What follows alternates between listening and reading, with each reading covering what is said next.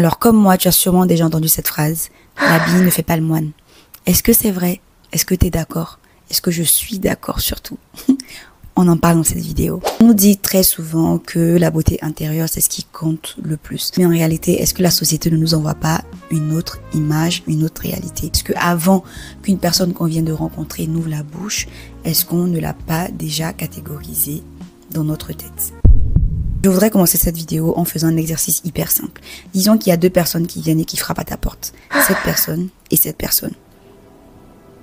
À qui ouvrirais-tu probablement la porte plus qu'à l'autre? Sois honnête. À cette personne. On fait un deuxième exercice. Disons que tu es en soirée, il y a plein de personnes. Il y a deux femmes qui entrent dans la soirée avec tes amis. Deux inconnus, deux personnes que aucun de vous n'a déjà aperçues. À ton avis, qui est plus susceptible de faire fuir tout le monde ou de se faire mettre à la porte? Entre cette personne et cette personne. Celle-là, bien évidemment.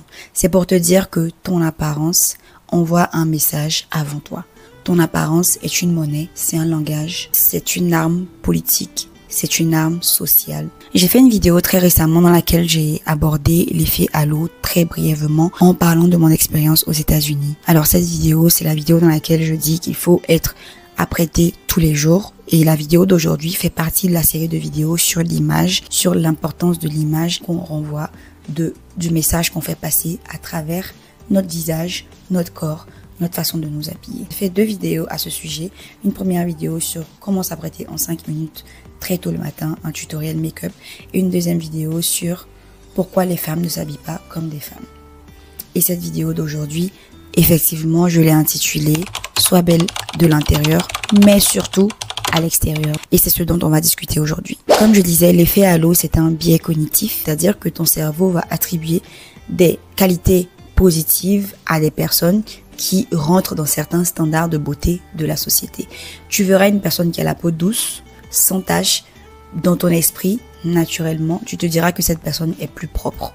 Tu verras une personne qui a les dents blanches, une personne qui a les dents moins blanches, tu te diras naturellement que celle qui a les dents plus blanches a une meilleure haleine par rapport à la personne qui a les dents moins blanches. Tu vois une personne bien apprêtée, bien mise, et une personne qui arrive en jogging dans une entreprise, tu croiras très sûrement que celui qui est en costume ou celle qui est en tailleur a un poste peut-être plus important que l'autre personne qui est moins bien habillée. C'est tout ça l'effet halo. Je peux prendre aussi d'autres exemples dans le monde du cinéma. En général, quand on regarde des clips ou quand on regarde des films, les personnes qui sont les plus belles ou qui sont présentées comme les plus belles ont le premier rôle par rapport à d'autres personnes. Pourquoi? Parce que justement, leur image va nous faire rêver. Alors, tu peux utiliser ton image pour faire rêver les gens. Pourquoi tu ne le ferais pas? Ton esthétique dit tout sur toi. Et en plus de ça, on vit à l'ère des réseaux sociaux.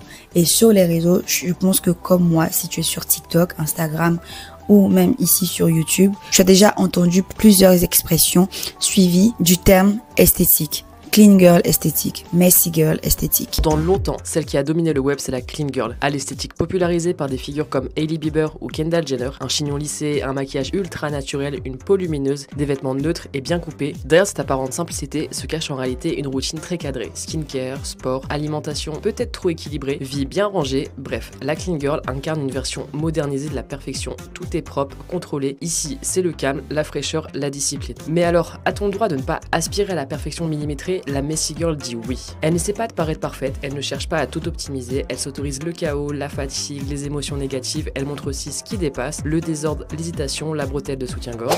La clean girl, elle est associée à une certaine image, la fille chez qui tout est rangé, la fille qui est propre sur elle, qui boit du matcha et qui fait du sport. La messy girl va avoir un profil plus artistique. Plus je m'en fous, plus je suis une rebelle de la société. Et juste parce que tu vas avoir une fille avoir un style ou l'autre, tu te diras forcément qu'elle rentre dans cette catégorie de personnes. Ton apparence, la beauté, la façon dont tu te présentes est politique. Ton apparence ne doit pas être quelque chose que tu laisses tomber, que tu oublies. Ce que tu renvoies est une extension de qui tu es vraiment. Et ça, c'est une réalité. Quand on voit une personne en surpoids, on se dit peut-être qu'elle est moins disciplinée que quelqu'un qui est plus musclé. Parce que bien évidemment, une personne plus musclée, on se dit qu'elle va à la salle de sport, qu'elle mange bien. Alors que quelqu'un qui est en surpoids, on va se dire, ah bah, c'est quelqu'un qui n'a pas de discipline alimentaire, par exemple. Alors que ce n'est pas forcément vrai. Il est connu qu'il y a des personnes qui naissent avec une masse musculaire qui est peut-être plus importante que les autres. Donc retiens bien que ce que tu renvoies est une extension de qui tu es vraiment à l'intérieur. Ce que tu renvoies peut t'ouvrir ou te fermer des portes. On ne prend pas la beauté intérieure pour croire que le fait que tu sois gentil va t'ouvrir plus de portes. Le fait que tu sois généreux va te rendre plus chanceux dans la vie. Ou le fait que tu sois aimable avec tout le monde va te permettre d'avancer plus facilement dans la vie. C'est vrai qu'il faut travailler ça, mais présente-toi sous ton meilleur jour, présente-toi sous ton meilleur aspect au quotidien. Prendre soin de toi, te présenter en étant bien habillé, bien maquillé, bien parfumé, faire du sport, bien manger, être propre sur soi, ce n'est pas superficiel. Tout simplement accroître ses chances d'avoir une meilleure vie. Et ça, on ne pourra pas nous l'enlever tant qu'on vit dans cette société dans laquelle on est. Donc prendre soin de soi, c'est prendre sa place. Prendre soin de soi, c'est viser juste. Prendre soin de soi, c'est se dire, je vais aller là et je mets toutes les chances de mon côté. Alors dis-moi, qu'est-ce que tu ressens quand tu vois la beauté? Et comment est-ce que tu te sens quand toi-même tu portes la beauté? Est-ce que tu ne te sens pas plus en confiance?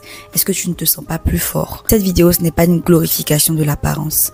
Loin de là. C'est une invitation à comprendre les règles invisibles de la société, de ce qui nous entoure, pour mieux les transformer et pour les utiliser à notre avantage. Sinon, oui, je suis tout à fait d'accord avec la phrase qui dit que l'habit ne fait pas le moine, c'est vrai. Mais dans une foule de nudistes, est-ce qu'on n'identifie pas le moine par ses habits? Sincèrement, je pense que la réponse est oui. Donc habille-toi comme la personne que tu as envie de devenir. Envoie des signaux positifs. Mets toutes les chances de ton côté. Ça ne veut pas dire qu'il faut que tu oublies la beauté intérieure. Ça ne veut pas dire qu'il faut que tu arrêtes de te cultiver. Il faut que tu arrêtes de travailler sur toi. Il faut que tu méprises les autres. Il faut que tu prennes tout le monde de haut. Ce n'est pas ce que ça veut dire. Mais ça veut dire qu'en plus de tout cela, en plus d'être une bonne personne à l'intérieur, travaille à être extraordinaire aussi à l'extérieur. L'être humain n'est pas parfait, mais l'être humain est perfectible. Donc, faisons l'effort de nous rapprocher de la perfection à l'intérieur et à l'extérieur. Je pense qu'on pourra tous admirer la vie nous ouvrir les portes qu'on a toujours voulu qu'elle nous ouvre. Allez, c'était tout pour cette vidéo. Je vous dis à très bientôt pour une autre vidéo. Bisous.